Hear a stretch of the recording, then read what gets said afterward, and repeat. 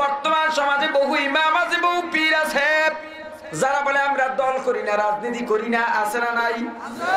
এখন তো হুজুরদের জন্য রাজনীতি করা প্রায় হারাম হয়ে গেছে। আর এই ফতুয়া হুজুররা দেয় না, অন্য মানুষে দেয়। ফতুয়া দেবে কারা? মুফতি অনেকেরা। কিন্তু হুজুররা রাজনীতি করতে পারবে না, ইমাম সাহেব রাজনীতি করতে পারবে না, এই ফতুয়া দেয় মসজিদের সভাপতি। ঠিক না? কেন?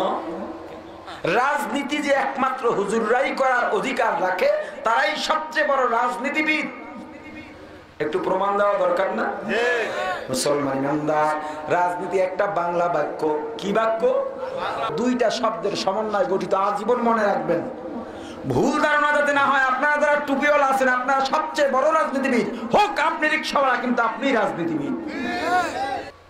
যদি কোন পীর বলে আমি রাজনীতি করি না, সে পীর নয়, পীর নামের জাতীয় মুনাফিক। প্রত্যেকটা মুসলমানকে দল করতে হবে, সবার আগে দল করবে পীর এবং ইমাম, কারণ তারা সমাজের রাখাল, মানুষকে তারা পথ দেখাবে। মুসলমান রাজনীতি কি ভাষা? রাজনীতি যে বাক্যটা কি ভাষা? কয়টা শব্দ? একটার নাম রাজ, একটা শব্দ হলো রাজ, আর একটা রাজ অর্থ রাজা, সর্বোচ্চ, সম্মানিত, সর্বোৎকৃষ্ট, সর্বশ্রেষ্ঠ, মহান। যত অর্থ আছে রাজের সব উঁচু মানের অর্থ, সম্মানী অর্থ, নীতি অর্থ, আদর্শ, পন্থা বা রাস্তা। যত দিক থেকে রাজনীতির অর্থ মিলাবো, রাজনীতির অর্থ হয় সর্বশ্রেষ্ঠ আদর্শ। রাজনীতির অর্থ কি? জোরে বলেন। সর্বশ্রেষ্ঠ আদর্শ। যেই আদর্শ সর্বশ্রেষ্ঠ, তার নাম হবে রাজনীতি। পরিষ্কার? এবার আমরা কোরআনে দেখব সর্বশ্রেষ্ঠ আদর্শ সম্পর্কে আল্লাহ রাব্বুল আলামিন কিছু বলেছেন কিনা। যদি কোরআনে সর্বশ্রেষ্ঠ আদর্শ সম্পর্কে কিছু পেয়ে যাই, সেটাই হবে রাজনীতি। কোরআনে যদি না পাই, হাদিস শরীফের দিকে তাকাবো।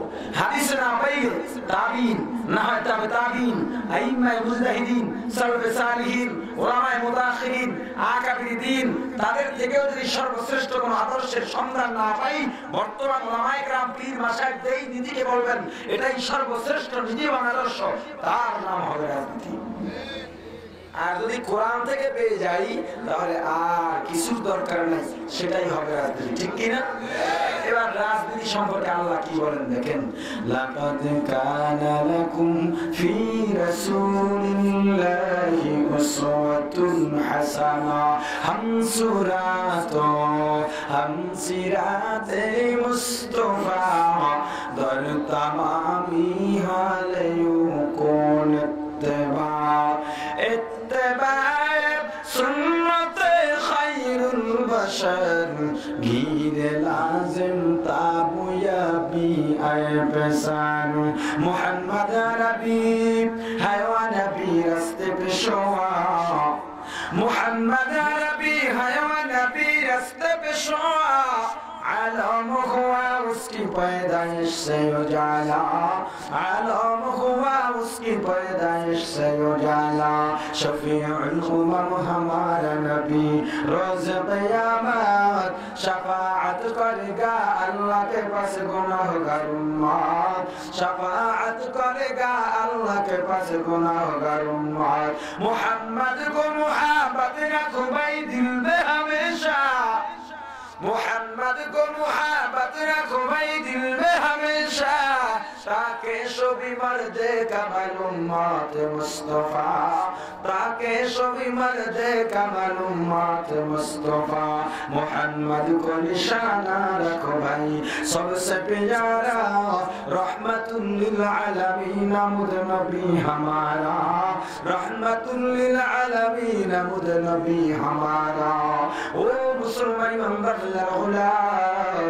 আল্লাহ রাব্বুল আলামিন পরিষ্কার ভাষায় জানায় দিলেন, বিশ্ববাসী মানব মণ্ডলী, আদর্শ যদি মানতে চাও, আমি আল্লাহ মনোনীত করে দিলাম আমার রাসূলের আদর্শ সর্বশ্রেষ্ঠ সর্বোত্তম আদর্শ।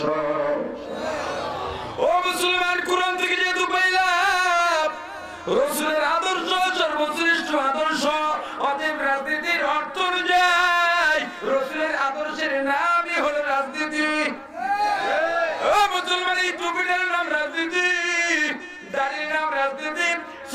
নিষ্পোষাক জামার নাম রাজনীতি, পর্দার নাম রাজনীতি, সুন্নাত তরিকার নাম রাজনীতি। উলামায়ে কেরাম সুন্নাত তরিকায় চলে, অতএব সবচেয়ে বড় রাজনীতিবিদ উলামায়ে কেরাম। যারা সুন্নাত মানে তারাই রাজনৈতিক ব্যক্তিত্ব।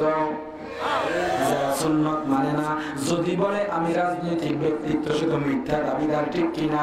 কোন ব্যক্তি যদি জিয়া বা মুজিবের আদর্শ বাস্তবায়ন করতে চাইয়া বলে আমি সবচেয়ে বড় রাজনৈতিক ব্যক্তিত্ব, আমি রাজনীতিবিদ, না না, মিথ্যা দাবিদার। কারণ তাদের আদর্শ সর্বশ্রেষ্ঠ নয়। কোরআনের বর্ণিত আদর্শ, রাসূলের আদর্শ সর্বশ্রেষ্ঠ আদর্শ, ঠিক কিনা? এখন মিথ্যা দাবি করলে তো কিছু করার নাই। যেমন আমরা মুসলমান দাবি করি, মুসলমানিত্ব নাই বললেই চলে, তবুও তো দাবি করতেছি, কি করা? আমার এই ওয়াজ পছন্দ না লাগে, আমার বিরুদ্ধে বলে কোনো লাভ হবে না। বরং যে আয়াত দিয়ে কথাগুলো বললাম, যে কোরআনের যে আয়াত দিয়ে বলা হয়, হাদিস দিয়ে বলা হয়, যদি পছন্দ না হয় হাতের মধ্যে লাল কালির কলম লইয়া কোরআনের আয়াতটা কেটে দাও, হাদিসটা কেটে দাও। সম্ভব নাকি? আমার জবান বন্ধ করে কি লাভ হবে? আমার জবান বন্ধ করা হবে, ওই আয়াত পরে 10 জনে বলবে, এসে আয়াত বন্ধ করে দাও, আর কেউ শিখতেই পারবে না। আওয়ামী লীগ ওরা স্লোগান দেয়, এক মুজিব লুকান্তরে লক্ষ মুজিব। বিএনপি ওরা স্লোগান দেয়, এক জিয়া লুকান্তরে লক্ষ জিয়া। আমরা কি বাইরে বাইরে নাকি? আমিও স্লোগান দিয়ে যাই, সারা পৃথিবীর সকল উলামায়ে কেরামের পক্ষ থেকে একটা স্লোগান দিয়ে যাই, আমি এক মাওলানা, এক মুফতি, এক মুফাসসির লুকান্তরে লক্ষ লক্ষ কোটি কোটি মাওলানা ঘরে ঘরে তৈরি করে দিবেন ইনশাআল্লাহ। আমাদের জবান বন্ধ করে কোনো লাভ নেই। এই মুসলমান ইমানদার, আল্লাহর কোরআনের ঘোষণা অনুযায়ী রাসূলের আদর্শের নাম রাজনীতি, ঠিক কিনা? এখন যদি কোনো পীর বলে আমি রাজনীতি করি না, আমি রাজনীতি মানি না, কোন ইমাম যদি বলে রাজনীতি করি না, তার মানে রাসূলের আদর্শ মানে না, ঠিক কিনা? আর যেই ব্যক্তি রাসূলের আদর্শ মানে না, তার মুসলমানিত্ব নিয়ে প্রশ্ন আছে, ঠিক কিনা? মুসলমান ইমানদাররা রাজনীতি প্রত্যেকটা মুসলমানকে করতে হবে, কারণ রাজনীতি হলো রাসূলের আদর্শ। পরিষ্কার কথা। পৃথিবীর মধ্যে দল হবে দুইটা। কয়টা দল হবে? একটার নাম হক, আর একটার নাম বাতিল। এই দুই দলের বাইরে কোনো দল থাকবে না। আওয়ামী লীগ হয়তো হকের সাথে যাবে না, হয় বাতিলে শামিল হবে। বিএনপি হয়তো হকে যাবে না, হয় বাতিলে শামিল হবে। চরমনাই তবলিগ হয়তো হকে যাবে না, হয় বাতিলে যাবে। দুইটা দলের বাইরে আলাদা কোনো দল হবে না। কিয়ামতের ময়দানে আল্লাহ রাব্বুল আলামিন জায়গা করেছেন দুইটা, একটার নাম জান্নাত আর একটার নাম জাহান্নাম। এই দুই জায়গার বাইরে কারোর জন্য কোনো জায়গা নাই, হয়তো জাহান্নামে হয়তো জান্নাতে। দুনিয়ার মধ্যে যে দুইটা দল আছে, দুইটা দল ভাগ করে আল্লাহ রাব্বুল আলামিন দুই দল ভাগ করে, এক দলকে জান্নাতে আর এক দলকে জাহান্নামে দিয়ে দিবেন। ও মুসলমান, কেউ যদি বলে আমি দল করি না, কি প্রমাণ হয়? হকেও নাই বাতিলেও নাই। যে হকেও নাই বাতিলেও নাই, অথবা এদিকেও আছে সেদিকেও আছে, সবার সাথে মিলে থাকে, তাকে কি বলে? জোরে কর না। ফতোয়া আপনারা দিবেন, আমি কিছু বলি নাই। ও মুসলমান, তবে মুনাফিক বা নিফাকি অন্তরের বিষয়, অন্তরের খবর কেউ জানে না, তার অন্তরে নেফাকি আছে কিনা। তবে নেফাকির একটা স্বভাব যে আছে, সেটা বোঝার জন্য নবীজি কয়েকটা নিদর্শন বলে গেছেন। সেই নিদর্শন দেখে বোঝা যায় লোকটার মধ্যে মুনাফিকের স্বভাব আছে। তবে তাকে মুনাফিক আমরা মৌখিকভাবে বলতে পারবো না, আলোচনা বোঝানোর জন্য সেই কথাগুলো বললাম। মুসলমান ইমানদাররা, এখন আমাদের দল করতে হবে, হয়তো হক না হয় বাতিল। হকের মধ্যে তো বহু দল আছে, আপনি কোন দল করবেন বোঝা বড় মুশকিল। একটা সহজ ফর্মুলা দেয়া যায়। হাকিমুল উম্মাত মুজাদ্দিদে মিল্লাত হযরত আল্লামা শাবানি থানভী রাহমাতুল্লাহি আলাইহি সহজ একটা ফর্মুলা দিয়ে গেছেন।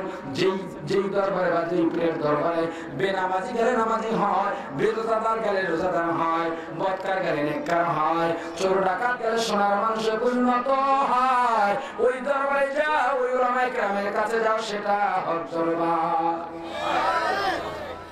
তবে হয়তো সবাই ভালো হবে না, বেশিরভাগ মানুষ যেখানে গেলে আমলের পরিবর্তন হয় সেখানে যাও, সেটাই হক দরবারে গেলে তোমার আত্মাও পবিত্র হওয়ার সম্ভাবনা আছে। এমন দরবারে যাইও না যেই দরবারে গেলে আগে প্রসাব করতে বসে বসে, পীরের দরবারে গেলে প্রসাব করে দাঁড়াইয়া। এমন পীর বাংলার জমি আছে না নাই? পীরের দরবারে যায় খালি হাতে, কিন্তু ফেরার সময় খালি হাতে ফেরে না। তারাও তো ছন্দ বলে। আল্লাহর দান নবীর দিয়া, আল্লাহ কাছে গায়েব হইয়া, নবীর দান খাজারে দিয়া, নবী গেছেন খালি হইয়া। খাজার দান খাজায় লইয়া শুইয়াই আছে আজমিরে, কেউ ফিরে না খালি হাতে, বাবা হাতে তোর দরবারে। আসলে তো কথা মিথ্যা নয়, কেউ তো খালি হাতে ফিরে না। কারো মাথায় চুলের দরকার, সালার চট, হাতে গাঞ্জার পট নিয়ে ফিরে। ঠিক কিনা বলেন? ও মুসলমান ইমানদার, হক দরকার লাগবে কি লাগবে না জেনে বলেন। যেই দরবারে বেনামাজি গেলে বেশিরভাগ মানুষ নামাজি হয়, এক কথায় বক্কার গেলে যেই দরবারে বেশিরভাগ মানুষ নেককার হয়, সেই দরবার হক। সেই দরবারে গেলে আপনার আমার ঈমান পরিবর্তন হতে পারে, ঈমান বাড়তে পারে, আপনার আমার আমল পরিবর্তন হতে পারে, আত্মা শুদ্ধ হতে পারে। ঠিক কিনা?